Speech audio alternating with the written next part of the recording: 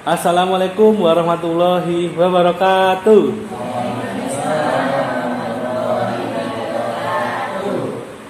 Baik, seluruh anak-anak dan seluruh siswa, di sini kita sudah ada di pertemuan keempat ya.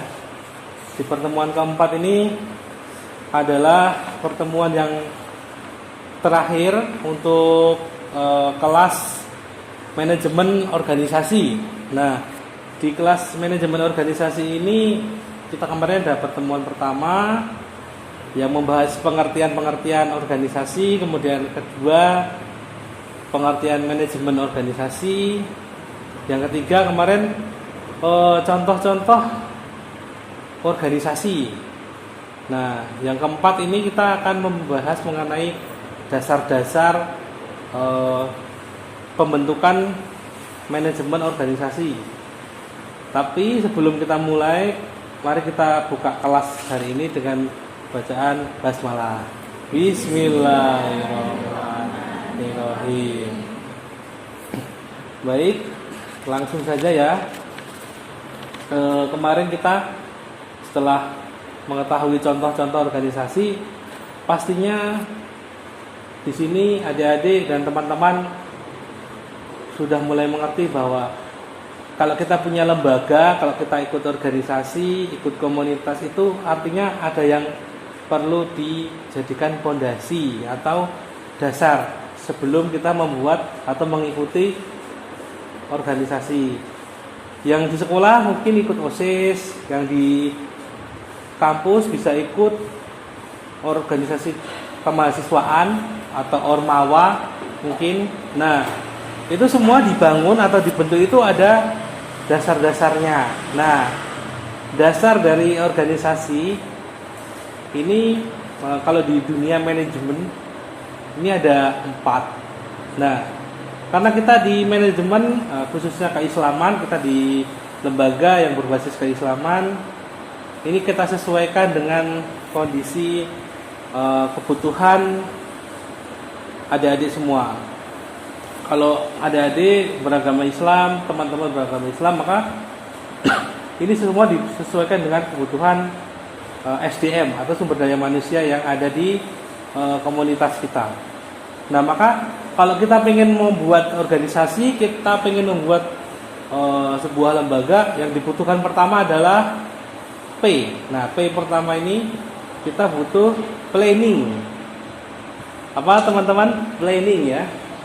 Nah, planning itu isinya adalah kita mau membuat OSIS, misalnya membuat OSIS itu untuk apa sih? Nanti ada yang daftar nggak sih? Kita mau buat organisasi, kita mau membuat lembaga itu untuk apa? Kira-kira pada butuh enggak? Anggota butuh enggak? Masyarakat butuh enggak? Jangan-jangan enggak. Terus nanti sasarannya siapa? Apakah sasarannya para tunanetra juga, atau untuk umum, atau untuk siapa? Seperti itu. Kayak mau dibuat seperti apa kerangkanya, tujuannya untuk apa, anggotanya siapa aja. Nah, habis itu kita membutuhkan sebuah organizing. Nah, atau keorganisasian. Nah, ini kalau udah tahu tujuannya tadi, orang-orangnya udah dicari, siapa yang jadi ketuanya, siapa yang mau jadi sekretarisnya, siapa yang mau jadi bendahara dan lain-lain. Maka habis itu tugas ketua atau tugas seorang pemimpin itu mampu mengorganisir organisasi atau komunitasnya. Caranya gimana? Semuanya dikelola, diatur secara runtut dan sesuai dengan kebutuhan divisinya. Misalnya Mbak Farah sebagai bendahara, berarti Mbak Farah mengelola masuknya uang ke organisasi, keluarnya uang ke organisasi, kemudian kalau ada donasi juga dicatat, lalu nanti secara bulanan seperti apa, tahunan seperti apa. Ya nanti seperti halnya juga misalnya Mbak Kinan misalnya jadi humas. Nah, humas itu biasanya jalan-jalan mengurusi berbagai perizinan, misalnya izin mau ke kepala sekolah untuk bikin acara lomba, nanti yang izin itu humas nanti biasanya izinnya kayak gitu. Jadi mengontrol, ketua itu mengontrol semuanya biar berjalan sesuai pada roda atau poros rodanya. Oke, kayak gitu. Nah, kemudian berikutnya adalah L. Nah, L ini adalah leader atau leadership. Nah, atau kalau di leader ini biasanya kan artinya kepemimpinan ya. Berarti butuh orang yang mempunyai jiwa kepemimpinan. Orang yang mempunyai jiwa kepemimpinan ini biasanya akan dipercaya untuk menjadi orang yang paling penting. Kalau di sekolah ada kepala sekolah. kalau di organisasi biasanya jadi ketua, atau nanti kalau udah jadi ketua biasanya ada di pengawas. Pokoknya dia yang mempunyai jiwa keorganisasian yang tinggi. Nah, maka itu mereka akan jadi orang yang mempunyai jiwa kepemimpinan. Nah, di sini semuanya adalah calon pemimpin. Baik pemimpin di kelas, misalnya jadi ketua kelas, pemimpin di komoditasnya, pemimpin rumah tangga ya, misalnya. Itu semuanya nanti adalah pemimpin. Maka jiwa-jiwa kepemimpinan ini harus dibutuhkan untuk kita biar bisa memimpin dimanapun, karena manusia itu sejatinya adalah pemimpin atau khalifah ya. Lalu yang kita bahas berikutnya adalah yang paling penting. Yang paling penting yaitu apa? C, controlling. Nah, setelah kita punya komunitas yang baik, punya organisasi yang baik, itu kita harus punya sistem controlling. Nah, dikontrol apakah masih berjalan sesuai dengan porosnya, berjalan sesuai dengan visi misi, misalnya komunitasnya ini visi misinya apa, suka membantu apa dan lain-lain misalnya. Nah, itu berjalan enggak dengan visi misinya. Kalau enggak sesuai, berarti controllingnya harus diperketat lagi. Siapa yang mengontrol? Ketuanya atau kepala atau pemimpinnya. Itu akan mengontrol dan harus mengontrol semuanya, dari susunan organisasinya, dari SDM-nya udah sesuai belum dengan visi misi yang ada. Nah, kita sekarang di lembaga Al-Hikmah ya. Al-Hikmah ini adalah lembaga sosial yang keren karena lembaga sosial tunanetra Al-Hikmah ini dikhususkan untuk tunanetra ya di Yogyakarta dan beragama Islam, yang tentunya tidak memandang kita itu ada di Gunung Kidul, ada di Sleman, ada di Bantul, ataupun pelajar atau mahasiswa. Itu semuanya nggak akan menjadi persoalan. Artinya Al-Hikmah ini punya sasaran sendiri untuk keanggotaannya. Yang anggotanya adalah syarat-syaratnya ada tunanetra, kemudian muslim, kemudian berada di daerah-daerah istimewa Yogyakarta, aktif. Nah, itu dikontrol. Nah, ternyata misalnya ada yang beragama lain di sini. Oh, berarti ini masuk ke toleransi, tapi di visi misi ada toleransi enggak? Misalnya enggak ada, berarti menyalahi dari visi misi itu. Misalnya kayak gitu. Itu misal aja ya. Nah, terus di sini yang akan kita bahas lagi setelah yang itu adalah yang terakhir banget. Kita harus punya manajemen keorganisasian yang kuat. Nah, memanage organisasi. Nah, memanage organisasi ini kalau udah tahu pilar-pilarnya tadi, maka organisasi akan pasti berjalan dengan baik, bersih, sesuai visi misi, SDM-nya bagus, unggul kayak gitu. Nah, mungkin ada yang mau nanya nggak nih? Oke, Mbak Farah mau bertanya. Oke, boleh. Silakan, Mbak. Izin bertanya, kira-kira apa sih yang bisa menyebabkan organisasi itu hancur, itu atau bubar, itu rusak itu apa?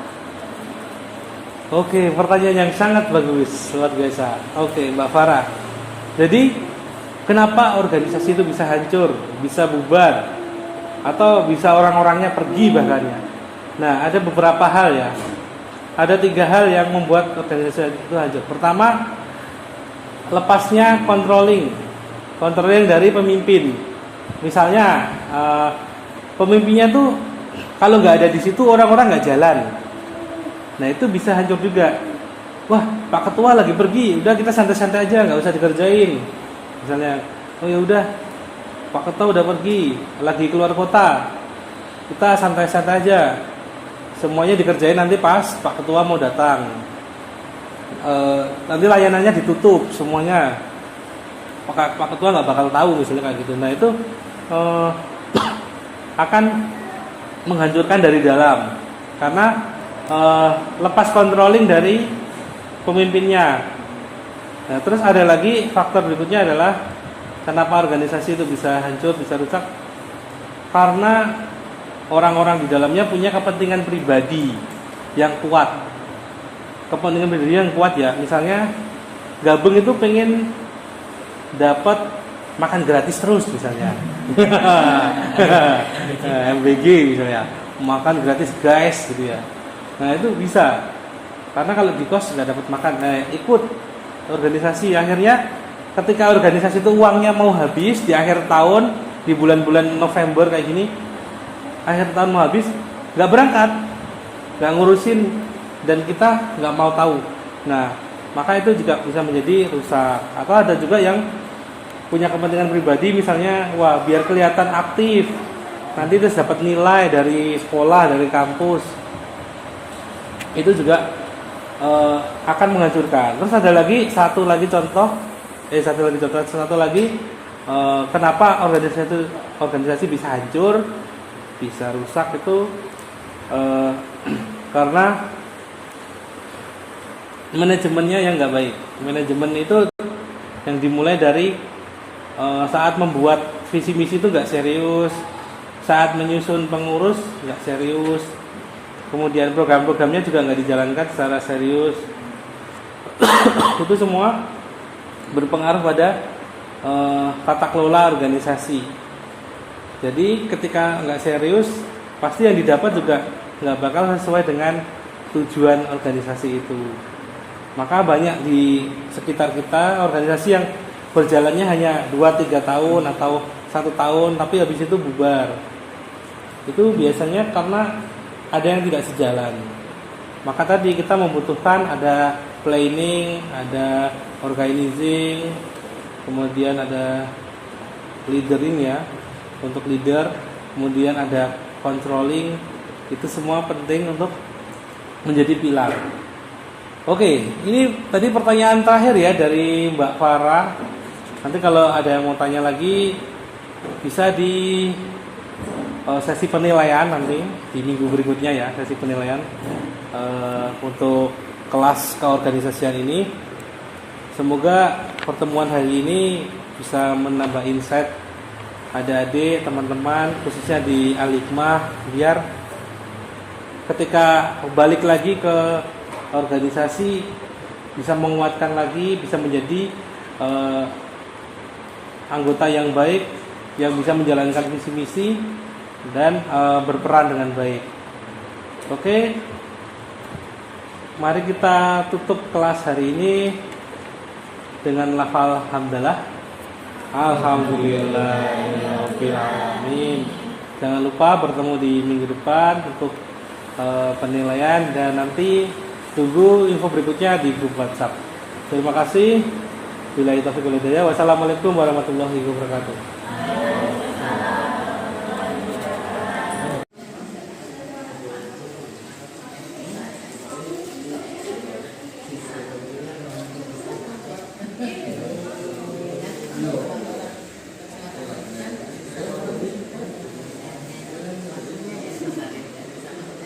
Unida.